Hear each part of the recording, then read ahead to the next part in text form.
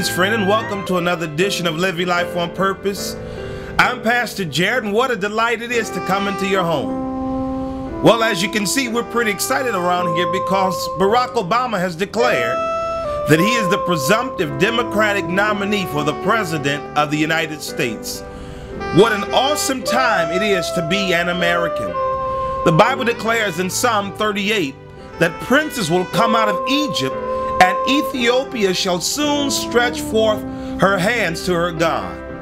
And this passage helps us to understand that God is raising up African Americans and blacks all around this world to take a leadership role in this world.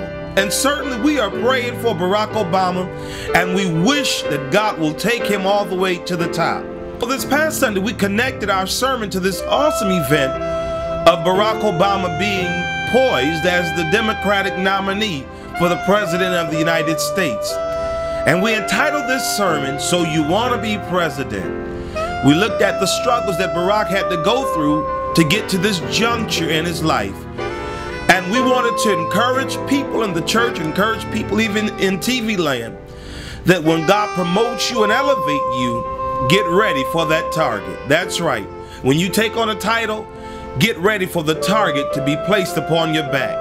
Let's go into this sermon entitled, So You Want to Be President.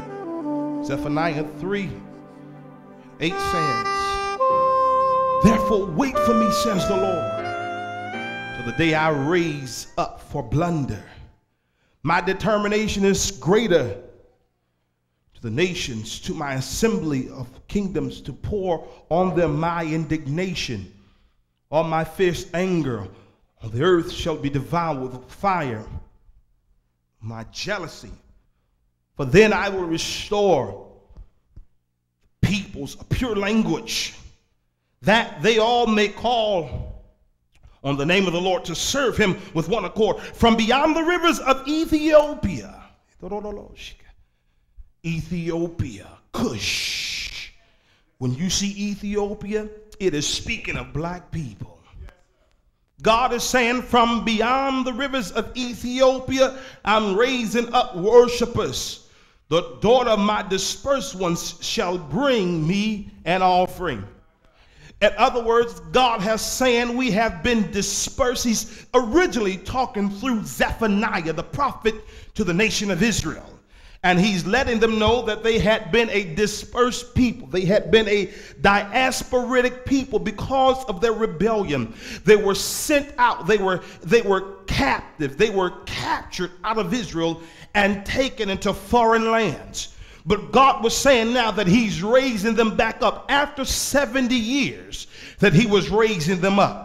And that he was getting ready to bless them, and that he was calling them forth from as far as the rivers of Ethiopia. We've seen even now how there are black Jews living today in Ethiopia, and they're flying them back to Israel because prophecy says that the Jews have got to go back to Jerusalem. They've got to go back to Israel as a sign that the rapture is imminent.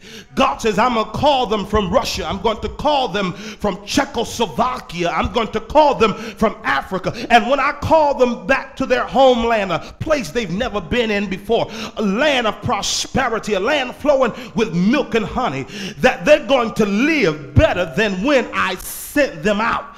But God is saying now, I can hear God saying to us as a people that I'm getting ready to raise up black folk who have been dispersed, who have been sent out, who've been pushed out, who have been kicked out, who have been left out. I'm getting ready to call you back. He says, and when I call you back, you shall bring me an offering. In other words, God says, I'm getting ready to put something into, I wish I had a church, put something into your hand.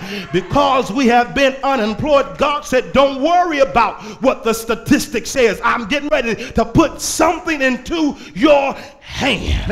There may be 9.5 million people in America unemployed, and 9 of those may be black folk. But God says, I'm getting ready to do something with the spiritual Israel. Look at somebody and tell them, we're the spiritual Israel.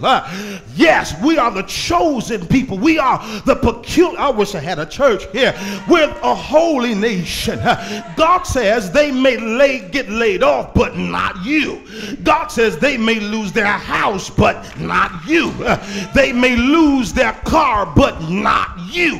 He says, because I'm getting ready to put into your hand an offering. Brothers and sisters, you've got to understand that we are now in a shift. This is not natural. This is supernatural. I'm here to tell you, black men, you need to go get you a nice black suit. Get you a nice pair of shoes, because now we are in the season of increase. God said, my God, I'll give you a gift, and your gift shall make room for you and bring you before a great people. In other words, you cannot access what you're not ready for. If you're ready for prosperity, you've got to start looking the part. Barack Obama didn't just wait until the primaries to look presidential. He looked presidential way before the primaries. When they doubted him, when they cast him out, when they counted him out, he was saying, yes, we can. He was saying a change we can believe in.